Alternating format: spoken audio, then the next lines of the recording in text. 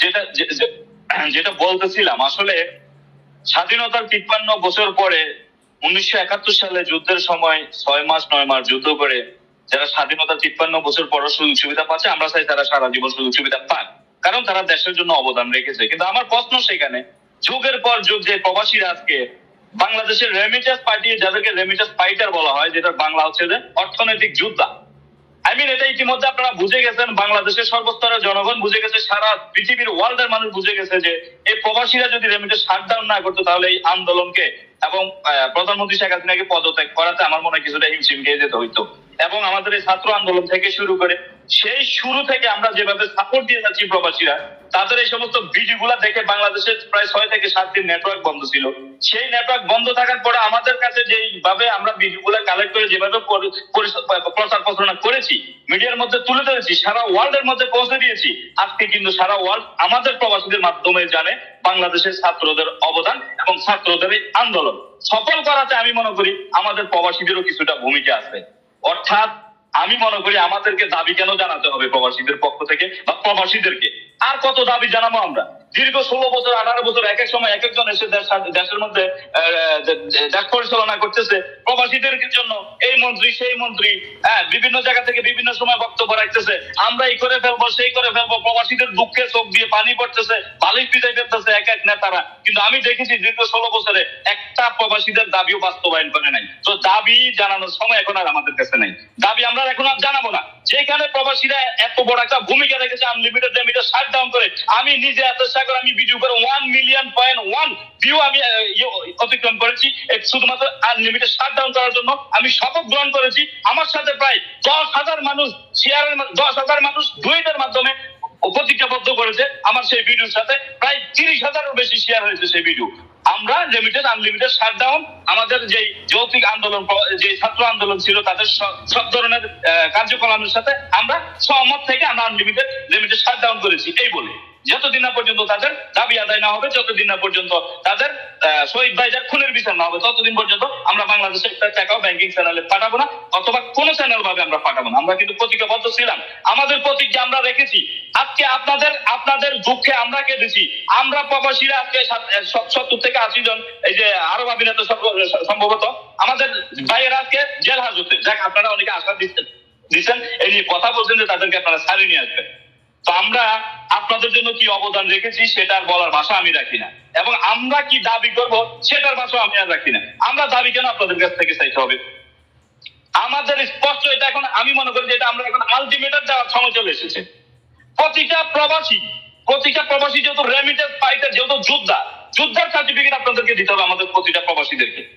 Number 1 আমি যেটা বলবো যে যুদ্ধের যে সার্টিফিকেট, আমি একজন প্রবাসী, আমার কি সার্টিফিকেট আছে? আমি এই প্রবাসী 20 বছর 15 বছর প্রবাস জীবন শেষ করে বাংলাদেশের মধ্যে যাই, এক এক সময় এক একটা আপনারা বলেন এই দোকানে আসা যাবে না, প্রবাসীরা এটা করতে পারবে না, প্রবাসীরা সেটা করতে পারে না, প্রবাসীরা কামলা, প্রবাসীরা এটা, প্রবাসীরা সেটা, বিভিন্ন ভাবে আপনারা আমাদেরকে হেনস্থ করেছেন, বিভিন্ন ভাবে আমাদেরকে অপমানিত করেছেন। তারপরে সব রাগ অভিমান ভুলে দেশের সাথে, জনগণের সাথে, স্বাধীনতা রক্ষার ক্ষেত্রে সাথে আমরা আপনাদের সাথে সর্বদাই সবসময় আপনাদেরকে আর্থিকভাবে পারি যেভাবে বলছেন সেভাবে সহযোগিতা করি।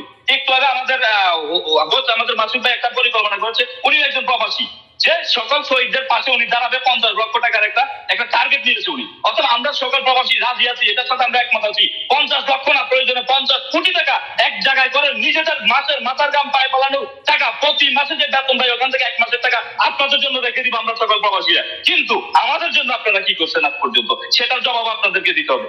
প্রতিটা প্রবাসীদেরকে আপনাদের যেরকম আপনারা মুক্তিযোদ্ধাদের যে একটা সার্টিফিকেট দিচ্ছেন না, এরকম একটা সার্টিফিকেট আমি মনে করি আমরা প্রবাসীরা প্রাপ্য। এবং প্রতিটা প্রবাসী মাথার গাম পায়ে বলে রক্ত পানি করে টাকা ইনকাম করে তাদের ছেলেকে মেয়েকে পড়াশোনা করাইয়া তাদেরকে চাকরি দিতে পারে না, কারণ ওখানে 10 লক্ষ 20 লক্ষ টাকা ঘুষ দাবি করে। দীর্ঘ 16 বছর তাই হয়েছে। অতএব পরবর্তীতে কি হয়, আমার এই সন্তানকে আবার এই প্রবাসের মধ্যে নিয়ে আসতে হয়। আমিও কামলা, আমার সন্তানও কামলা, আমরা প্রবাসীরা কামলার ঘরে কামলা। আমরা কি সারা জীবন যুগের পর যুগ আমাদের এভাবেই চলবে? এভাবেই যাবে আমাদের জীবনটা প্রবাসীদের? আমি তো আমার জীবন পার করে দিছি, নিজের ওয়াইফকে ছেড়ে, বাচ্চাকে ছেড়ে, ছেলেকে ছেড়ে, মাকে ছেড়ে, বাবাকে ছেড়ে, নিজের দেশকে ছেড়ে, বছরের পর বছর, যুগের পর যুগ আমি প্রবাসের মধ্যে কাটাচ্ছি বা আমরা কাটাচ্ছি। বিনিময়ে আমরা কি পেলাম? আমাদের এই যুদ্ধের শেষ কোথায়? যুদ্ধ শেষ করে যখন আমি দেশে চলে যাই, ওইখানের মধ্যে আমার টাকা হয়তো ভাইয়ের নামে টাকা কিনে নেয়, বাবার নামে কিনে নেয়, মায়ের নামে কিনে নেয়, বোনের নামে কিনে নেয়, কি বলে ছেলের নামে কিনে নেয়। আমি হতভাগার কিছুই থাকে না।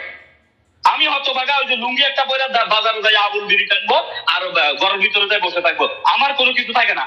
আমাকে সম্পূর্ণভাবে আর্থিকভাবে দুর্বল করে ফেলা হয়।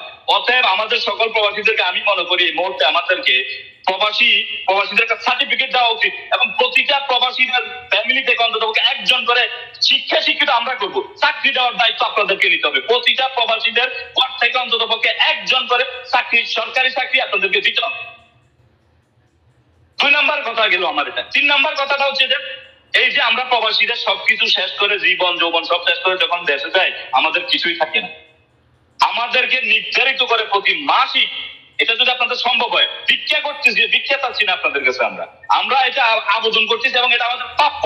কারণ এতদিন ধরে যদি আমরা দেশের অর্থনীতির চাকা সচল রেখে যদি দেশটার প্রতি যদি কোনো ভূমিকা আমরা প্রবাসীরা রেখে থাকি, তাহলে সেই জায়গা থেকে আপনারা আপনাদের শরম যদি থাকে, আমাদের প্রতিটা প্রবাসীদেরকে এমন একটা আপনারা মাসিক একটা লিস্ট করে দিবেন, মাসিক একটা ভাতা আপনারা দেওয়ার চেষ্টা করবেন, যে সে যতদিন বাঁচবে প্রবাস থেকে যাওয়ার পরে যতদিন বাঁচবে ততদিন প্রতি মাসে সেটা 2000 হোক, 3000 হোক, 5000 হোক, যতটুকু আপনারা পারেন আমাদের এই দাবিটা আপনাদের একটু মাথায় চিন্তা করে নেবেন।